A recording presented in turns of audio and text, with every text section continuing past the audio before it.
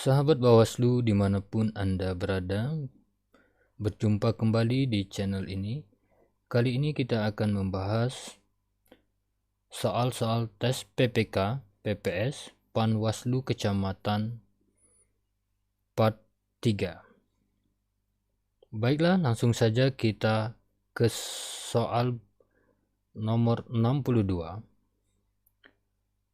Sentra Penegakan Hukum Terpadu yang selanjutnya disebut Gakumdu adalah pusat aktivitas penegakan hukum tindak pidana pemilu yang terdiri atas unsur kecuali A. Bawaslu, B. Kepolisian Resort, C.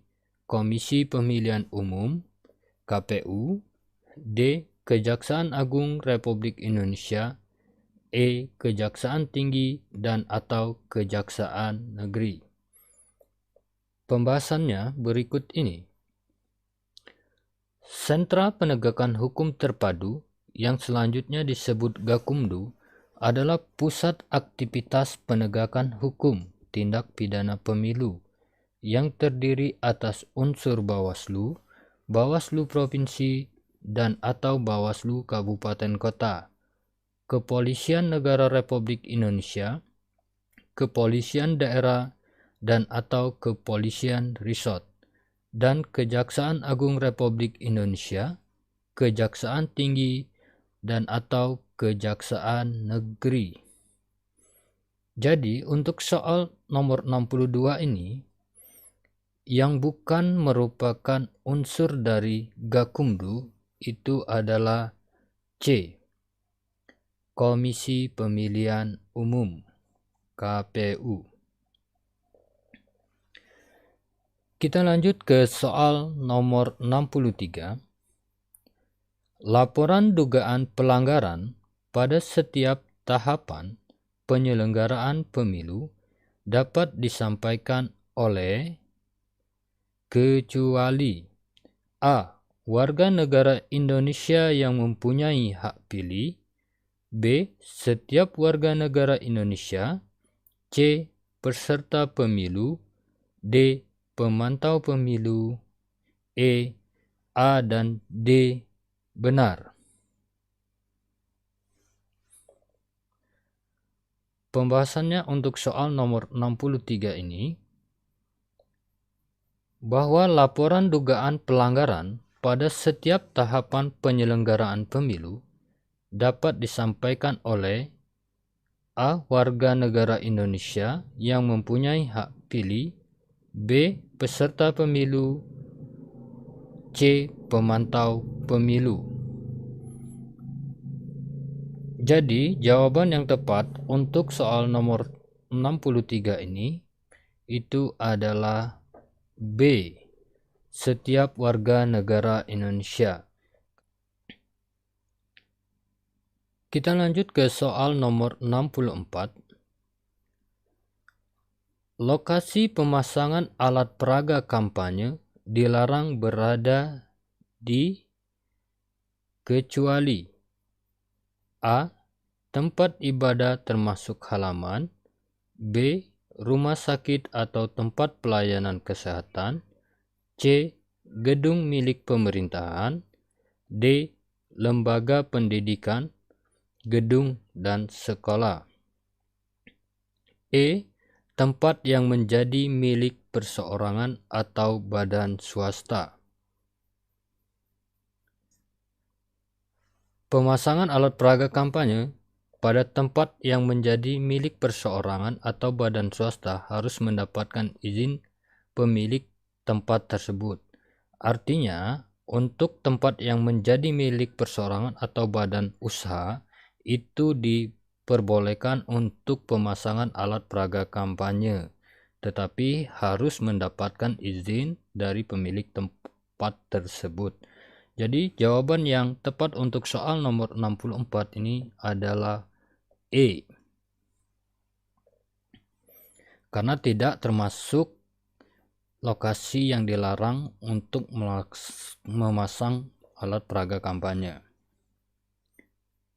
Soal nomor 65. Pada pemilihan umum tahun 2024, surat suara yang diberikan kepada pemilih yang terdaftar di DPT berjumlah A. 5 surat suara, B. 4 surat suara, C. 3 surat suara, D. 2 surat suara, E. 6 surat suara. Pada pemilihan umum tahun 2024, pemilih yang terdaftar di DPT akan diberikan 5 surat suara, yaitu surat suara presiden dan wakil presiden, surat suara DPR, surat suara DPD, surat suara DPRD provinsi, surat suara DPRD kabupaten kota. Jadi jumlah surat suara yang akan diberikan kepada pemilih yang terdaftar di DPT itu berjumlah 5 surat suara.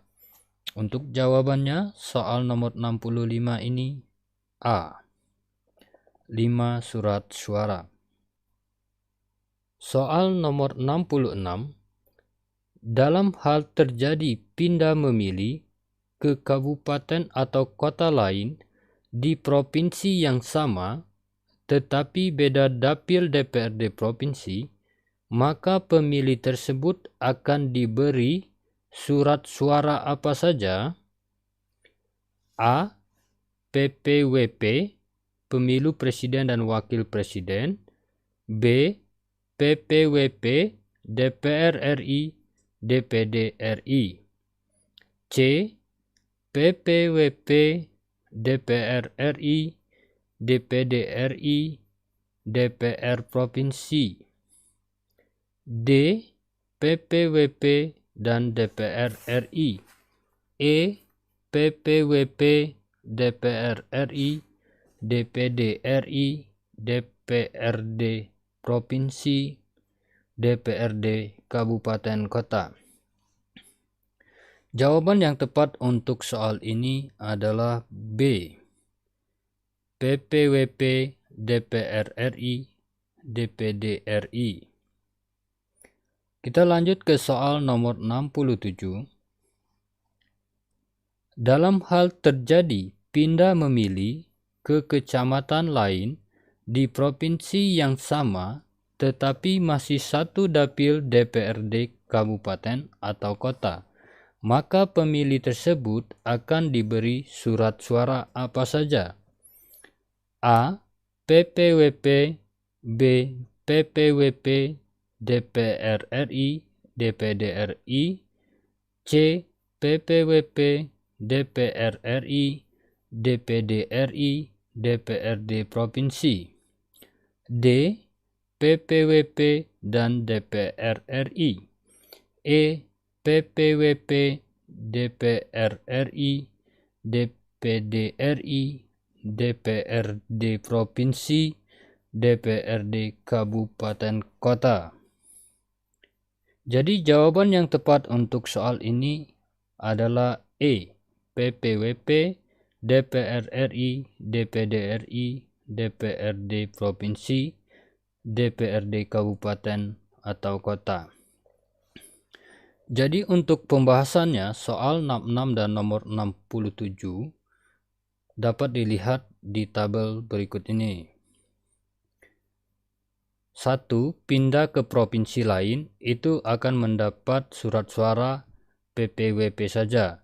Kemudian ada pindah memilih ke kabupaten, kota atau kota lain di provinsi yang sama tetapi beda dapil DPRD provinsi, itu akan mendapat 3 surat suara, yaitu PPWP, DPR RI, DPD RI. Selanjutnya, bila pindah memilih ke kabupaten atau kota lain di provinsi yang sama, tetapi dalam satu dapil, itu akan mendapat 4 surat suara. PPWP, DPR RI, DPD RI, dan DPRD Provinsi. Pindah memilih ke kecamatan lain dalam satu kabupaten kota dan di luar dapil DPRD kabupaten kota, itu akan mendapat 4 surat suara, yakni PPWP, DPR RI, DPD RI, DPRD Provinsi. Kemudian, apabila terjadi pindah memilih ke kecamatan lain dalam satu kabupaten atau kota dan masih dalam dapil DPRD kabupaten kota, maka akan mendapat 5 surat suara, yaitu PPWP, DPR RI, DPD RI, DPRD Provinsi, dan surat suara DPRD kabupaten atau kota.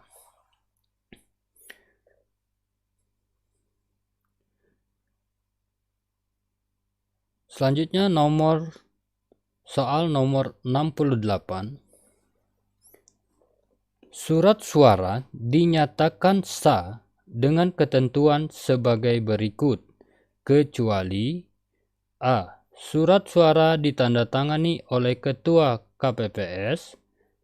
B. Tanda coblos pada nomor urut, foto nama salah satu pasangan calon, tanda gambar partai politik atau gabungan partai politik dalam surat suara.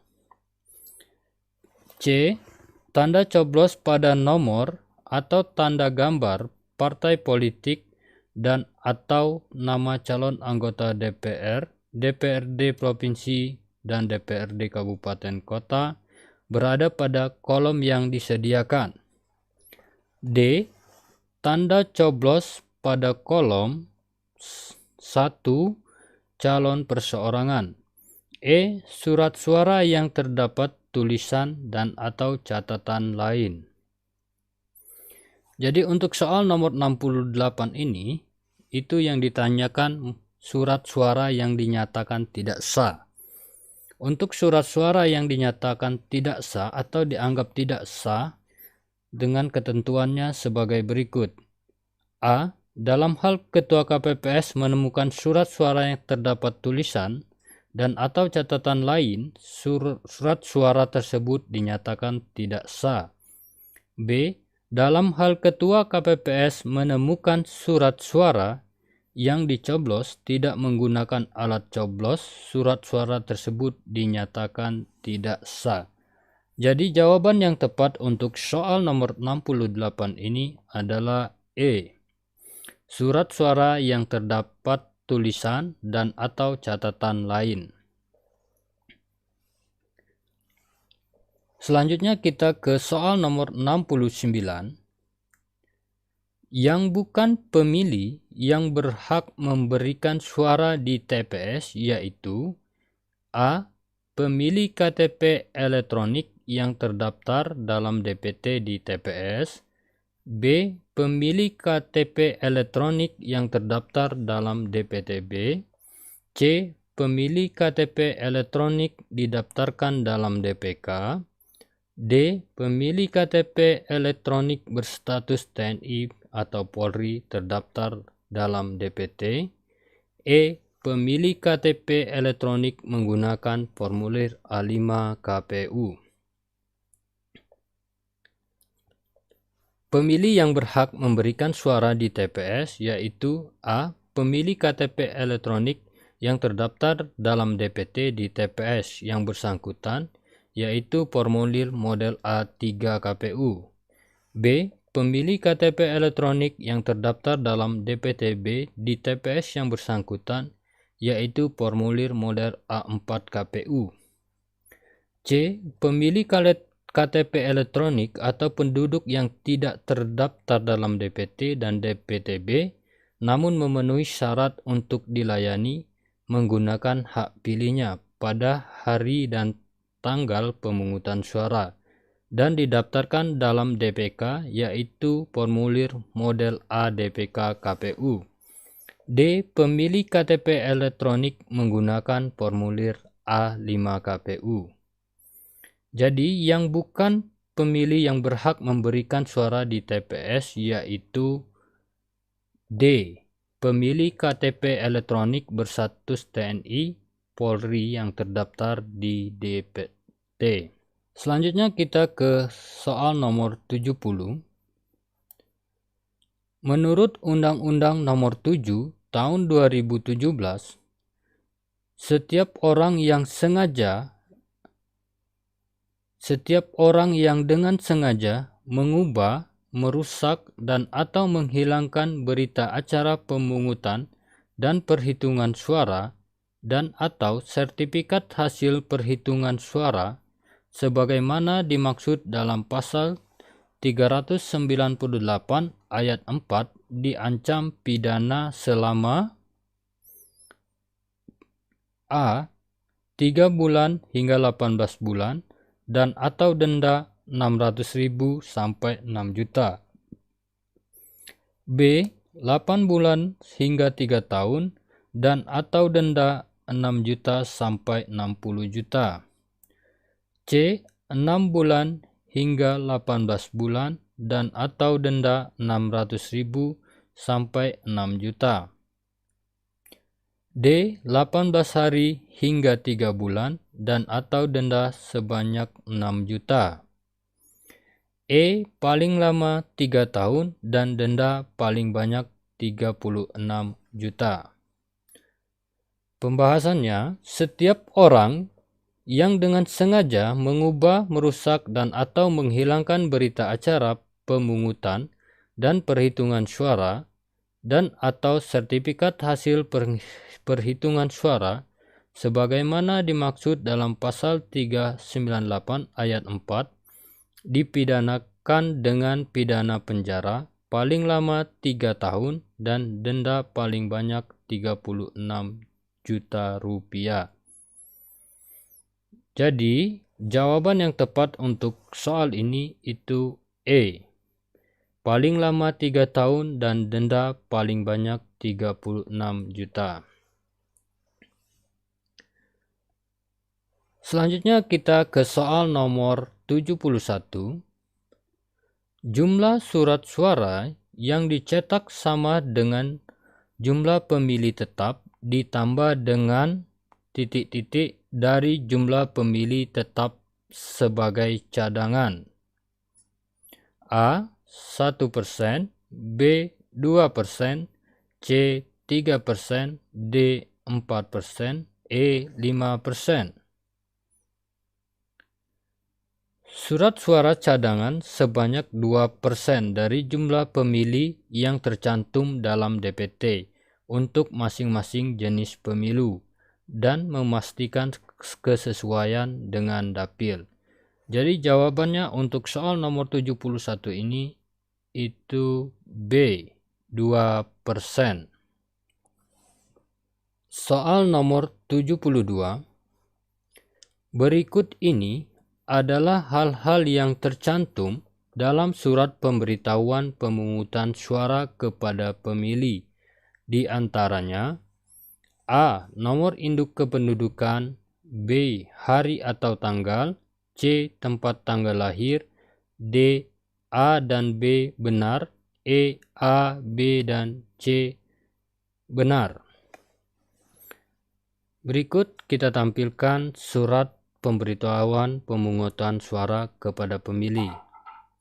Nah, di surat ini itu memuat nama, kemudian ada jenis kelamin, kemudian NOKK atau NIK, hari atau tanggal, pukul, nomor TPS, kemudian ada alamat. Kemudian ada nomor DPT. A. Nomor induk kependudukan itu benar karena tercantum dalam surat pemberitahuan pemungutan suara kepada pemilih. Kemudian hari dan tanggal itu juga tercantum. Kemudian C. Tempat tanggal lahir itu tidak tercantum di surat pemberitahuan pemungutan suara kepada pemilih. Kemudian untuk jawaban D, A dan B benar. Untuk jawaban A dan B itu benar karena tercantum di surat pemberitahuan pemungutan suara kepada pemilih. E, A, B, dan C benar. Ini salah. Jadi jawaban yang tepat untuk soal nomor 72 ini D. A dan B benar. Soal nomor 73. Pemilu pertama kali dilaksanakan pada tahun 1955 untuk memilih A. Presiden dan DPR, B. KNIP, C. DPR dan DPD, D. DPR dan konstituante, E. Presiden. Jadi jawaban yang tepat untuk soal nomor 73 ini itu D. DPR dan konstituante. Bagi teman-teman yang ingin tahu pembahasannya, bisa lihat kembali video yang sudah saya upload, itu tentang sejarah pemilu dari tahun 1955 sampai dengan tahun 2019. Untuk videonya sudah saya upload, silakan ditonton. Selanjutnya kita ke soal nomor 74. Penyelenggaraan pemilu dilakukan pertama kali pada tahun 1971 dengan dibentuknya penyelenggara pemilu yang diberi nama A. PPI, B. PPD, C. LPU, D. PPK, E. KPU. Penyelenggara pemilu dilakukan pertama kali pada tahun 1971 dengan dibentuk Lembaga Pemilihan Umum atau LPU. Jadi jawaban yang tepat untuk soal nomor 74 ini adalah C. LPU, Lembaga Pemilihan Umum. Selanjutnya kita ke soal nomor 75. Lembaga pengawas pemilu mulai diatur sejak tahun 1982. Apa nama lembaga pengawas pemilu saat itu? A. LPP, B. Panwaslu RI, C. Bawaslu, D. Panwaslu, E. Panwaslak. Lembaga pengawas pemilu mulai diatur sejak tahun 1982 dengan hadirnya Panitia Pengawas Pelaksana Pemilu atau Panwaslak. Pada saat itu, lembaga pemilu masih melekat di Lembaga Pemilihan Umum. Jadi jawaban untuk soal nomor 75 ini itu E. Panwaslak, Panitia Pengawas Pelaksanaan Pemilu. Soal nomor 76. Mekanisme tentang penanganan temuan dan laporan pelanggaran pemilihan umum diatur dalam aturan A. Perbawaslu nomor 7 tahun 2017, B. Perbawaslu nomor 7 tahun 2019, C. Perbawaslu nomor 7 tahun 2018, D. Perbawaslu nomor 7 tahun 2020, E. Perbawaslu nomor 7 tahun 2001. Perbawaslu nomor 7 tahun 2018 tentang penanganan temuan dan laporan pelanggaran pemilihan umum.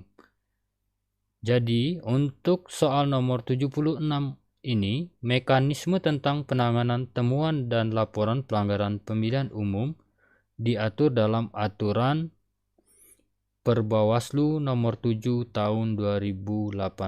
Jadi jawabannya C. Soal nomor 77. Laporan dugaan pelanggaran pemilu disampaikan kepada pengawas pemilu paling lama hari sejak diketahui terjadinya dugaan pelanggaran pemilu. A. 7, B. 14, C. 3, D. 5, E. 9.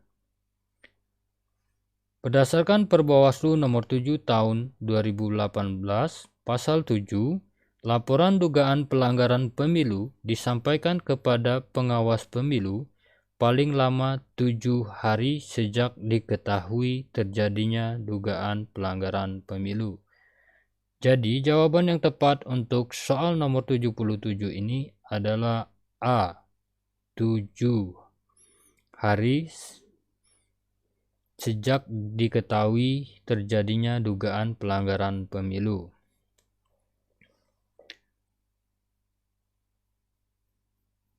Kita lanjut ke soal nomor 78. Pengawas pemilu membuat kajian awal atas laporan dugaan pelanggaran pemilu yang dituangkan dalam formulir model B5 paling lama ... hari sejak laporan diterima. A. 1 hari, B. 2 hari, C. 3 hari, D. 4 hari, E. 5 hari. Berdasarkan pasal 9 ayat 1 Perbawaslu nomor 7 tahun 2018, pengawas pemilu membuat kajian awal atas laporan dugaan pelanggaran pemilu yang dituangkan dalam formulir model B5 paling lama 2 hari sejak laporan diterima. Jadi jawabannya untuk soal nomor 78 itu B. 2 hari sejak laporan diterima. Soal nomor 79.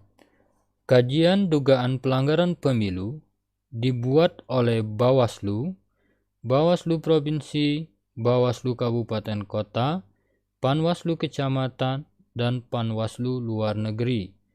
Kajian dugaan pelanggaran menggunakan sistematika kajian yang paling sedikit memuat kecuali A. Kasus posisi, B.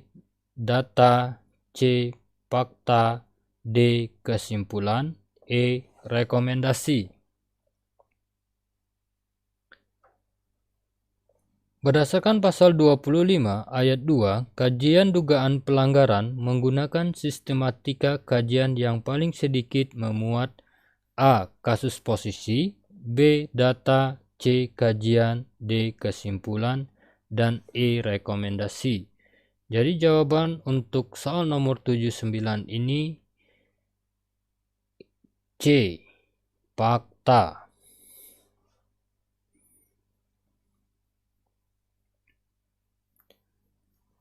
Kita lanjut ke soal nomor 80. Berikut ini yang bukan kewajiban KPU atau KIP Kabupaten atau Kota menyampaikan salinan DPT Pemilu Presiden dan Wakil Presiden putaran kedua dalam bentuk naskah asli elektronik, softcopy, berita acara pleno, rekapitulasi, dan formulir model A7.1 KPU dalam bentuk naskah asli atau hard copy kepada A. KPU Provinsi atau KIP Aceh, B. Bawaslu Kabupaten Kota, C. Peserta pemilu tingkat daerah Kabupaten Kota, D. Perangkat pemerintah tingkat daerah Kabupaten Kota, E. Panwaslu Kecamatan melalui PPK. Berdasarkan PKPU nomor 11 tahun 2018 ayat 8, KPU atau KIP Kabupaten Kota menyampaikan salinan DPT Pemilu Presiden dan Wakil Presiden putaran kedua dalam bentuk naskah asli elektronik atau soft copy, berita acara pleno rekapitulasi, dan formulir model A7.1 KPU dalam bentuk naskah asli hard copy kepada A. KPU Provinsi atau KIP Aceh, B. Bawaslu Kabupaten Kota, C. Peserta pemilu tingkat daerah Kabupaten atau Kota, D. Perangkat pemerintah tingkat daerah Kabupaten atau Kota, dan E. PPS melalui PPK. Jadi yang bukan merupakan kewajiban KPU menyampaikan salinan DPT pemilu itu ke Panwaslu Kecamatan melalui PPK. Yang merupakan kewajibannya itu ke PPS melalui PPK. Jadi jawaban untuk soal nomor 80 ini adalah E. Kita lanjut ke soal nomor 81. Anggota KPU, KPU Provinsi, KPU Kabupaten Kota, PPK dan PPS yang karena kelalaiannya mengakibatkan hilang atau berubahnya berita acara rekapitulasi hasil perhitungan perolehan suara dan atau sertifikat rekapitulasi hasil perhitungan perolehan suara dipidana dengan pidana kurungan paling lama A. 1 tahun dan denda paling banyak 12 juta, B. 2 tahun dan denda paling banyak 16 juta, C. 1 tahun dan denda paling banyak 24 juta, D. 3 tahun dan denda paling banyak 12 juta, E. 2 tahun dan denda paling banyak 36 juta.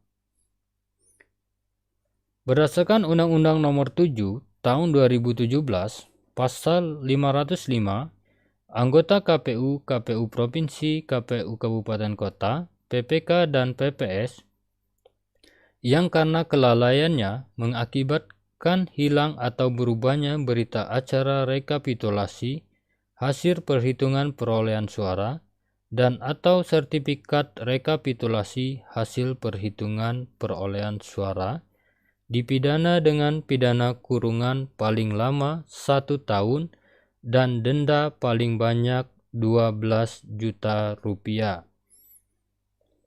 Jadi jawaban yang tepat untuk soal nomor 81 ini itu A. 1 tahun dan denda paling banyak 12 juta rupiah. Oke sahabat semuanya, dimanapun Anda berada, untuk pembahasan soal-soal PPK, PPS, dan Panwaslu part 3 ini kita cukupkan sampai di sini terlebih dahulu. Apabila video ini dirasa bermanfaat untuk sahabat semuanya yang ada di rumah, saya mohon dukungannya untuk subscribe, like, comment, and share. Oke, terima kasih. Salam sukses dan bahagia.